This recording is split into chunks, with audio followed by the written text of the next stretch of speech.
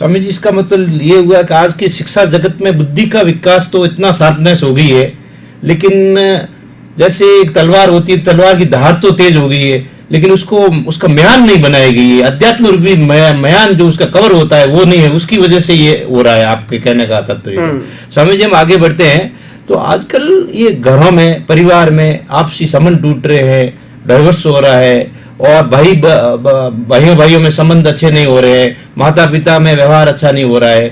तो इसमें कहाँ पर हमारे इस संस्कारों में कमी आ गई है, ताकि उस चीज को हम रोक सके? आपके अध्यात्म विज्ञान से, नई दृष्टि से आप क्या नई दिशा देना चाहेंगे?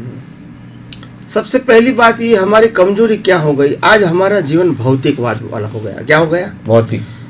बचपन से लेकर समझ धीरे धीरे बढ़ती है, तभी ये पाना है, ये पाना है, ये पाना है, ये पाना है, उसी में चला गया। हालांकि नेसेसिटी नहीं है, वो अपनी इच्छा है, अपेक्षा है, इतनी बढ़ गई कि इंसान को, इंसान की वैल्यू कम होने लगी।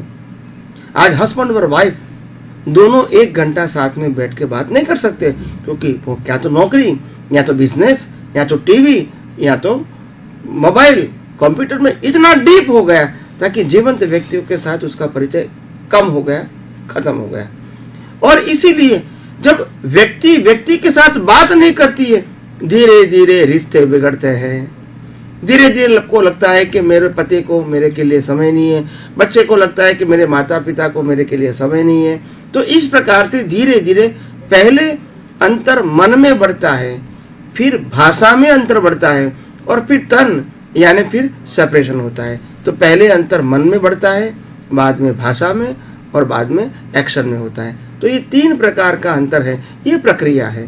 तो आदमी को, इंसान को अपने जीवन में कि कोई भी संजोग आते हैं जीवन के अंदर, तो ये खास बात ध्यान रखनी है कि हमको कोई भी परिस्थिति में फ्रस्ट्रेट नहीं होना है, और उसमें हम कैसे एडजस्ट हो सके, संभाव में रह सके, ऐसा उनको प्रयास करना है। प्रयास कैसे करोगे? अवस्था को कर्मों की भुगतान स्वरूप स्वीकार करना है।